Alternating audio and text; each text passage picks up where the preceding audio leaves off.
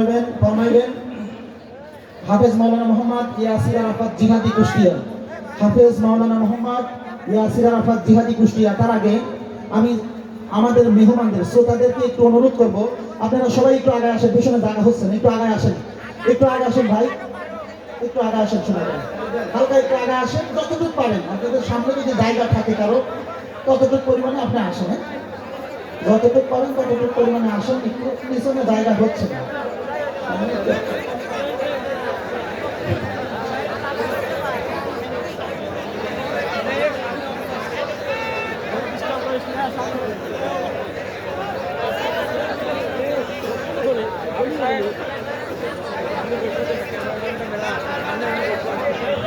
আরাফাত সামির ইতাহান্নাম দরমাস দিলাম।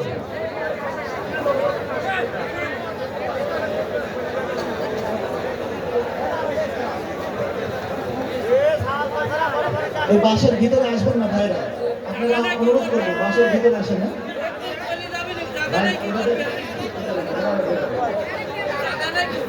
আসসালামু আলাইকুম রহমতুল্লাহ। বসেন বসেন। আসসালামু আলাইকুম রহমতুল্লাহ।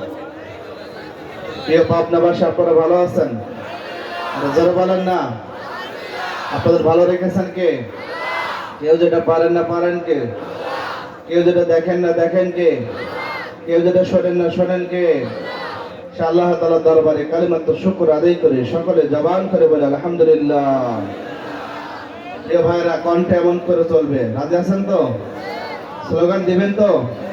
একটু এখন থেকে প্র্যাকটিস করেন। লিল্লাহে তাকবীর। দু হাত তোলেন, লিল্লাহে তাকবীর।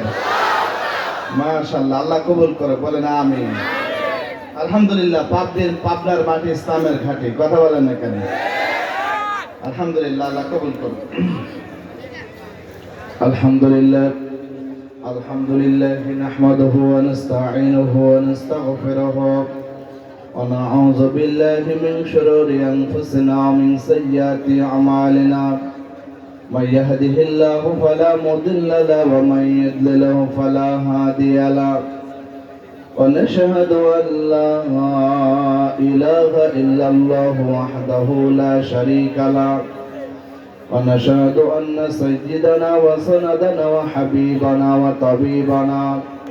وطبيبنا ومولانا محمدا عبده ورسوله الذي أرسله بالحق بشيرا ونذيرا وداعيا إلى الله بإذنه وسراجا منيرا. فقد قال الله تعالى في كلامه المجيد وفرقانه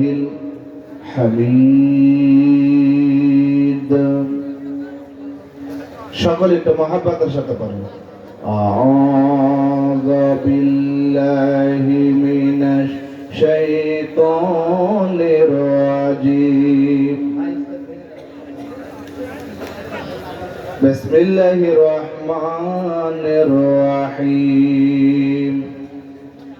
والضحى والليل إذا سجى ما ودعك ربك وما قلى وللآخرة خير لك من الأولى ولسوف يعطيك ربك فترضى. ألم يجدك يتيما فآوى ووجدك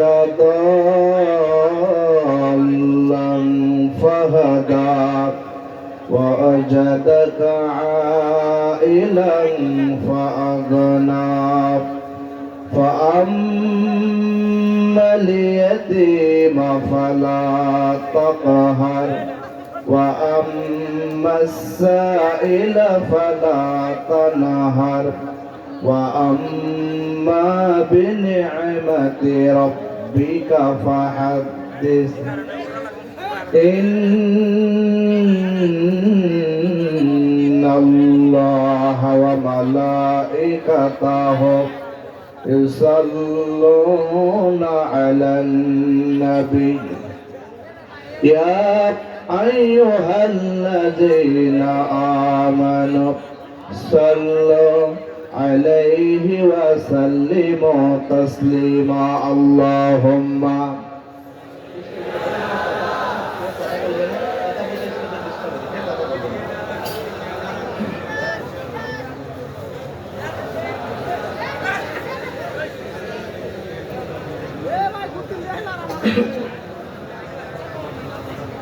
হৃদয়ে মোহাম্মদ চেতনায় মোহাম্মদ জীবনে মোহাম্মদ মরণে মোহাম্মদ পীরনাই মোহাম্মদ সকলে একটু জবান করে মহব্বতের সাথে বলেন হৃদয়ে মোহাম্মদ চেতনাই মোহাম্মদ জীবনে মোহাম্মদ মরণে মোহাম্মদ প্রেরণায় মোহাম্মদ আল্লাহুম্মা এই কে কথা বলবো না কে কথা বলা যাবে না বাদাম খাওয়া যাবে না কথা বলা যাবে না বাদাম খাওয়া যাবে না وعلى آل سيدنا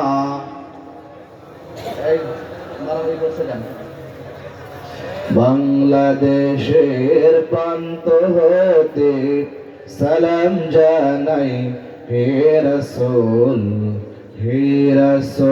সকলে নবীর শানে আমরা মহব্বতের সাথে বলি বাংলাদেশের প্রান্ত হতে সালাম জানাই হে রাসূল আমার কণ্ঠে কণ্ঠ মেলাই আমার কণ্ঠে কণ্ঠ মেলাই তোমার আশিক গোল হে রাসূল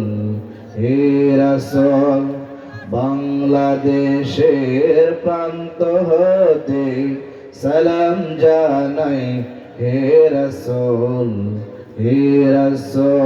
আল্লাহুম্মা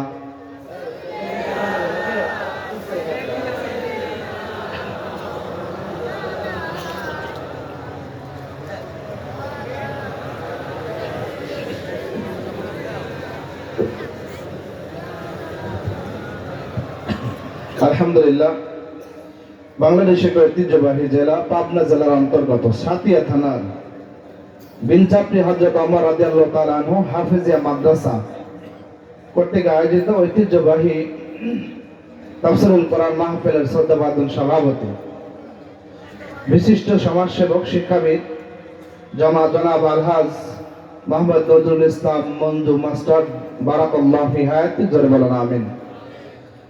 আজকের প্রোগ্রামের সম্মানিত প্রধান আকর্ষণ প্রধান অতিথি অগণন্ত তৌহিদের হৃদয়ের স্পন্দন তারুণ্যের অহংকার বিশিষ্ট ইসলামী চিন্তাবিদ মুফাসসিরে কোরআন হাফেজ মাওলানা মুফতি আমির হামজা ভাই আজকে সারাটা দিন আমরা দুই ভাই একসঙ্গে ছিলাম চিন্তার কোনো কারণ নাই সারাদিনই ফিরে একসঙ্গে ছিলাম 10টা থেকে বিকেল 4টা পর্যন্ত আমি হামজা ভাই একসঙ্গে ছিলাম উনি আসবেন ইনশাআল্লাহ 11টা থেকে 11:30টার মধ্যে উনি পৌঁছে যাবে ইনশাআল্লাহ। প্রিয় ভাইরা আমরা ভাইয়ের জন্য দোয়া করি আল্লাহ ভাইয়ের কণ্ঠখানা গোটা বাংলার জন্য কবুল করেন বলেন আমিন।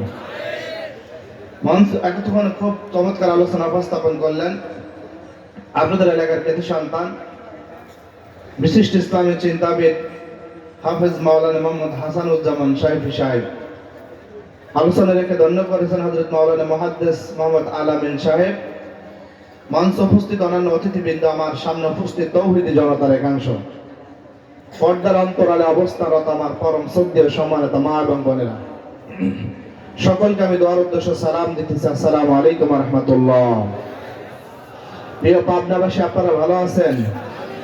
আবার একটু রিপিট করে বলেন আপনারা ভালো আছেন?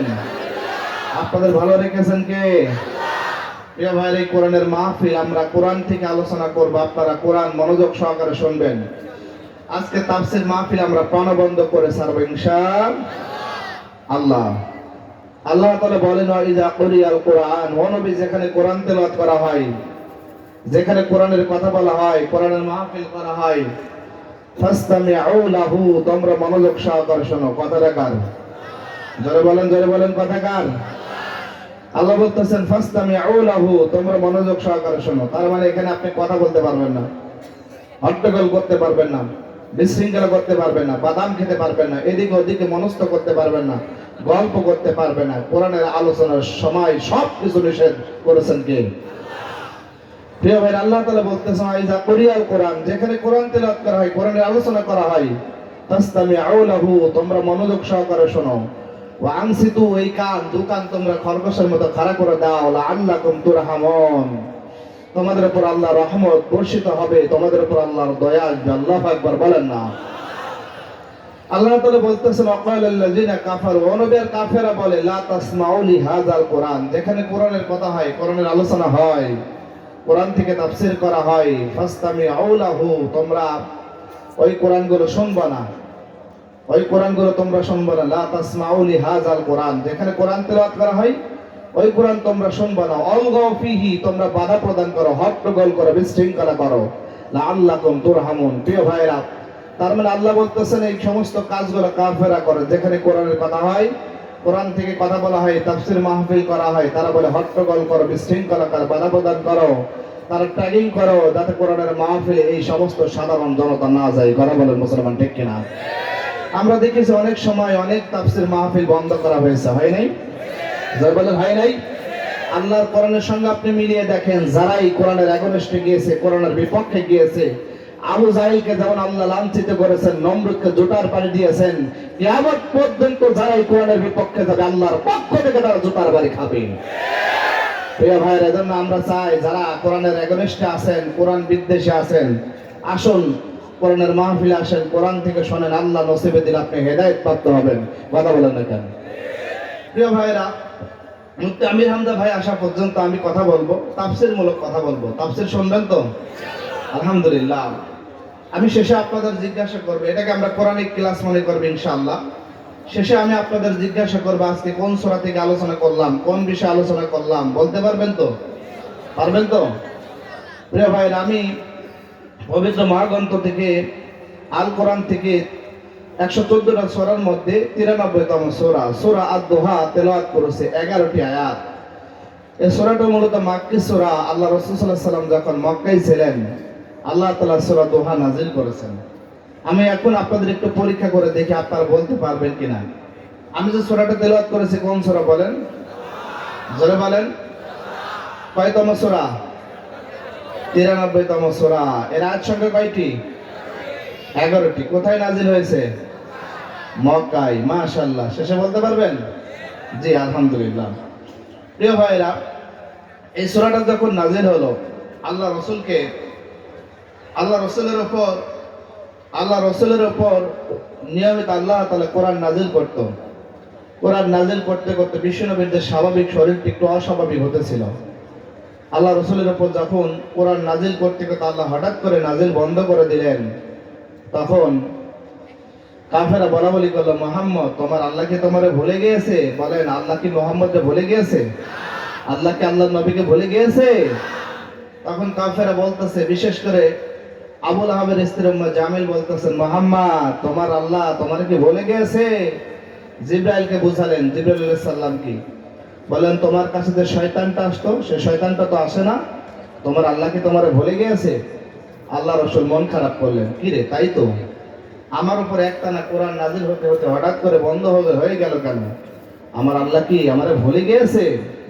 এমন সময় আল্লাহ তাআলা সূরা দুহাটা নাযিল করলেন। আল্লাহু আকবার বলেন না। ও আমার ভাইরা, তাফসীর ফি জালালিল কোরআনে বলেন, আল্লাহ রাব্বুল আমিন বিশ্ব নবীর উপর সূরা দুহা নাযিল করে বিশ্ব নবীকে সান্ত্বনা দিলেন। আল্লাহ রাব্বুল আমিন বলেন, والضحى والليل إذا سجى ما ودعك ربك وما قلى وللآخرة خير لك من الأولى। জোরে বলেন আল্লাহু আকবার। আল্লাহ বলেন, দুহা বলতে আল্লাহ কোরআন নাযিলকে বুঝালেন। অদ্দুহা বলতে আল্লাহ বুঝালেন, ও নবী শপথ, প্রভাতের সূর্যকিরণের শপথ। অদ্দুহা বলতে আল্লাহ বুঝালেন দিনকে, অদ্দুহা বলতে আল্লাহ বুঝালেন আলোকে, অদ্দুহা বলতে আল্লাহ বুঝালেন সূর্যকে।